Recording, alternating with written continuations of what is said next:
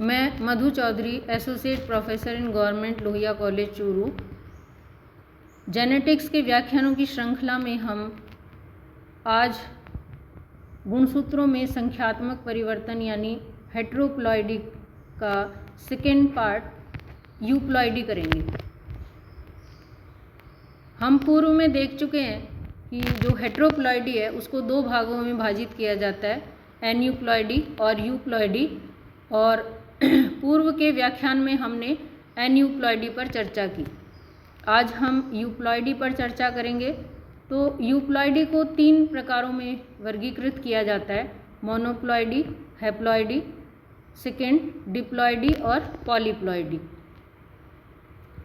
आज हम हैप्लॉइड्स और मोनोप्लॉइड्स पर चर्चा करेंगे। एक गुणिता यानी मोनोप्लॉइडी और अगुणिता यानी हैप्लॉइडी, दोनों का अर्थ समान नहीं होता। एक गुणिता यानी मोनोप्लॉइडी में गुणसूत्रों का केवल एक प्रारंभिक समुच्चय होता है।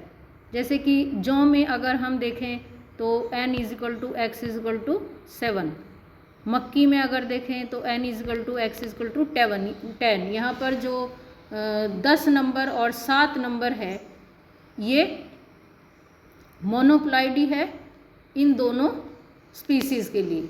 इसके विपरीत जो हैप्लॉइड्स होते हैं उसमें हम एग्जाम्पल लेते हैं गेहूं का। तो गेहूं में एक से ज़्यादा जीनोम शामिल होते हैं उसके डेवलपमेंट में। तो ये जो एक से ज़्यादा जीनोम का जो टोटल नंबर है जो उनकी डिप्लॉयड है, उनकी आधी संख्या को हम यहाँ पर हैप्लॉइड्स कहते हैं। जैसे यहाँ n का मतलब है n = 3x, मतलब 3 तरह के जीनोम यहाँ पर शामिल हैं। उनका आधा नंबर, तीनों के जो गुणसूत्र हैं उनके आधा जो नंबर है तो उसे हम यहाँ पर हैप्लॉइड नंबर कहते हैं या अगुणित संख्या कहते हैं। हम इसे ये भी समझ सकते हैं, ऐसे सभी स्पीसीज जिनमें एक से ज़्यादा तरह के जीनोम प्राकृतिक रूप से या कृत्रिम रूप से सम्मिलित किए गए हैं किसी भी नए स्पीसीज के निर्माण में, तो ऐसी स्थिति में जो टोटल जो उनके क्रोमोसोम का नंबर है उसका जो आधा होता है उसे हम अगुणित संख्या कहते हैं या उनको हम अगुणित ऑर्गेनिज्म कहते हैं। जो पॉलीप्लॉइडी है या बहुगुणित हैं उनसे इस प्रकार के अगुणितों को जब प्राप्त किया जाता है तो उनको पॉलीहैप्लॉइड्स कहा जाता है, जिससे कि इनको अगुणितों से हम या हैप्लॉइड से अलग रख सके। अगुणितों का वर्गीकरण हम एन्यूहैप्लॉइड्स और यूहैप्लॉइड्स में कर सकते हैं। Origin and production of haploids, अगुणितों की उत्पत्ति और उनका उत्पादन।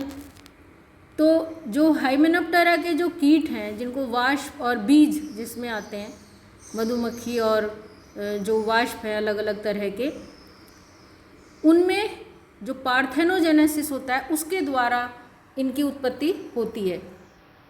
मेल जो होते हैं हाइमेनोप्टेरा के वो पार्थोजेनेसिस के द्वारा ओरिजिनेट होते हैं, और जो क्वीन है और जो वर्कर्स हैं वो द्विगुणित ऑर्गेनिज्म या जीव होते हैं। इसी प्रकार से जो फूलों वाले पौधे हैं, पुष्पधारी पौधे, उनमें भी पार्थोजेनेसिस के द्वारा अंडे से प्लांट का ओरिजिन होता है। स्वतः ही अगुणितों की उत्पत्ति वहाँ पर अंडे के अनिषेक जनन के द्वारा होती है। इसी प्रकार के जो दुर्लभ अगुणित पौधे हैं वो टमाटर और कपास में पाए जाते हैं। अंडे के अलावा अगुणितों की उत्पत्ति सिनर्जिस यानी सहायक कोशिकाओं और जो भ्रूण कोश के प्रतिव्यासांत होते हैं एंटीपोडल्स, उनके द्वारा भी होती है। हम यहाँ देख रहे हैं कि ये एम्ब्रियोनिक सैक है और एम्ब्रियोनिक सैक में पोलर न्यूक्लियस के अलावा जो एग सेल्स है, उस एग की कोशिका के दोनों तरफ हम यहाँ देख रहे हैं सिनर्जिस। ये जो सिनर्जिड हैं इनके द्वारा ये जो अगुणित हैं वो पार्थेजेनेटिकली डेवलप होते हैं ओरिजिनेट होते हैं। इसके अलावा जो एंटीपोडल्स हैं उनके द्वारा भी, जो दूसरे सिरे पर हैं उनके द्वारा भी इनका ओरिजिन होता है। दूसरा, जो परागनली है या पोलन ट्यूब्स है, उन पोलन ट्यूब्स में भी कभी कभी इनकी उत्पत्ति होती है, और जब पोलन ट्यूब से या परागनली से इनकी उत्पत्ति होती है तो हम इनको एंड्रोजेनिक हैप्लॉइड्स कहते हैं।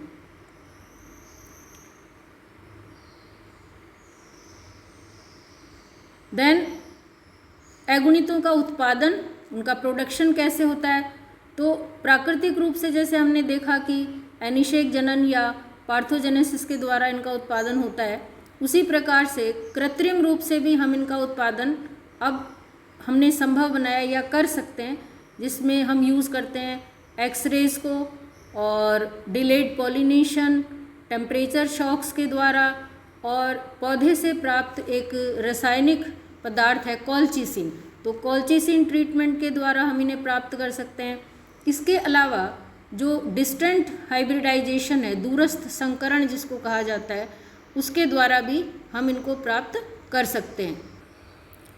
दूरस्थ संकरण के अलावा जो एंथर और पोलन कल्चर है, मतलब परागकोश या पराग संवर्धन के द्वारा भी जो अगुणित हैं उनका उत्पादन किया जा सकता है। अगुणितों का उत्पादन जो हम अलग अलग विधियों के द्वारा कृत्रिम रूप से करते हैं, उसमें दूरस्थ संकरण और जो परागकोश संवर्धन है, ये दोनों बहुत ही मुख्य विधियां हैं जो प्रमुख रूप से यूज़ में ली जाती हैं, काम में ली जाती हैं। कई प्रकार के पौधों को हमने प्राप्त भी किया है अगुणित रूप में, जैसे सोलोनेशी कुल के पौधों में अनेक प्रकार के अगुणितों को सफलतापूर्वक प्राप्त किया जा चुका है। और KJ स्काशा ने जौ में एम्ब्रियोनिक कल्चर के द्वारा अगुणितों को प्राप्त किया। उसी प्रकार दिल्ली विश्वविद्यालय में प्रोफेसर सतीश माहेश्वरी ने परागकोशों और पराग के संवर्धन द्वारा धतूरा में अगुणितों का उत्पादन किया गया था, और इसी तकनीक के द्वारा बाद में चावल, निकोशियाना यानी तंबाकू और शस्य प्लांट्स यानी कि क्रॉप के जो प्लांट्स हैं उनमें भी अगुणितों का उत्पादन किया गया। अगुणितों की जो आकारिकी है या मॉर्फोलॉजी ऑफ हैप्लॉइड्स के बारे में जब हम बात करते हैं, तो इनके जो वेजिटेटिव, कायिक और फ्लोरल ऑर्गन्स हैं, पुष्प वाले अंग हैं, उनका आकार जो सामान्य डिप्लॉइड प्लांट्स हैं, द्विगुणित पौधे होते हैं, उनकी तुलना में छोटा होता है।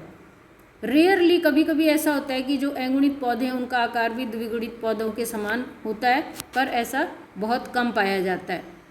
निकोशियाना यानी तंबाकू के अगुणितों में पौधे की पत्तियां और पुष्प भी छोटे होते हैं, और साथ में उसका जो पौधे का आकार है वो भी बहुत छोटा होता है।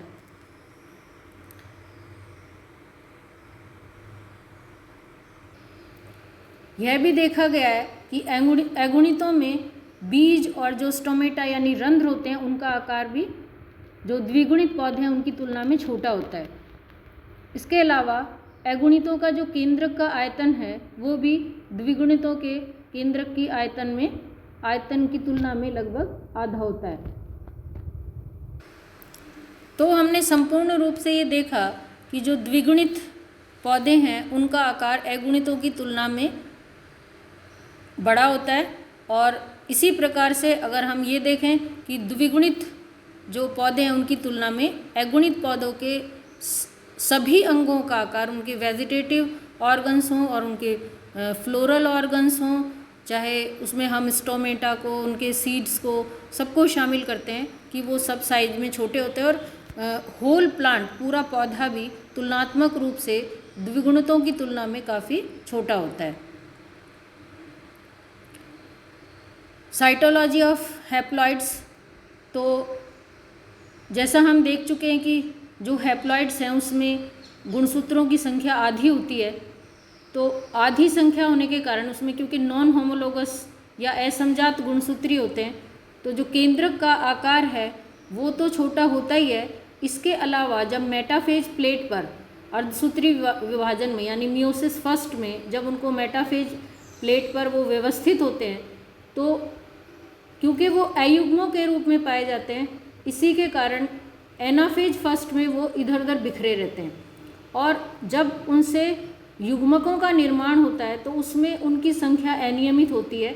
जैसे मक्की में अगर हम देखें तो 2n नंबर 20 होता है और उसके अगुणित संख्या 10 है। तो जब उसके युग्मक बनते हैं तो उसमें उनकी संख्या 0 से 10 तक पाई जाती है। क्योंकि युग्मकों में गुणसूत्रों की संख्या अनियमित पाई जाती है, वो पूरी नहीं होती, कंप्लीट नहीं होती, जितना उनमें n नंबर ऑफ क्रोमोसोम्स होने चाहिए उतने नहीं होते, उसके कारण से इनमें बंध्यता काफ़ी पाई जाती है। जो हैप्लॉइड्स होते हैं वो सामान्य रूप से बंध्य होते हैं, स्टेराइल होते हैं। इसके अलावा जो गुणसूत्र हैं वो पूरी कोशिका में बिखरे रहते हैं, और इसीलिए वो क्या करते हैं, सारे गुणसूत्र एक प्रत्यानयन केंद्रक की रचना करते हैं।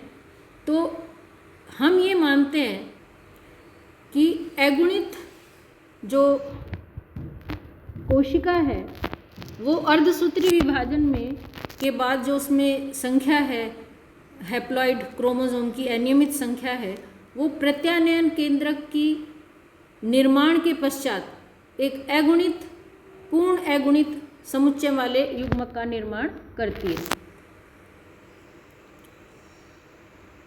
गेहूं के जो अगुणित हैं उसमें हम पहले भी देख चुके हैं कि उसमें जो n नंबर है वो 21 गुणसूत्र संख्या उसमें होती है, या यूँ कहें n = 3x यहाँ होता है, उसमें 21 गुणसूत्र होते हैं। इसी पौधे का जो द्विगुणित है उसमें 42 गुणसूत्र होते हैं।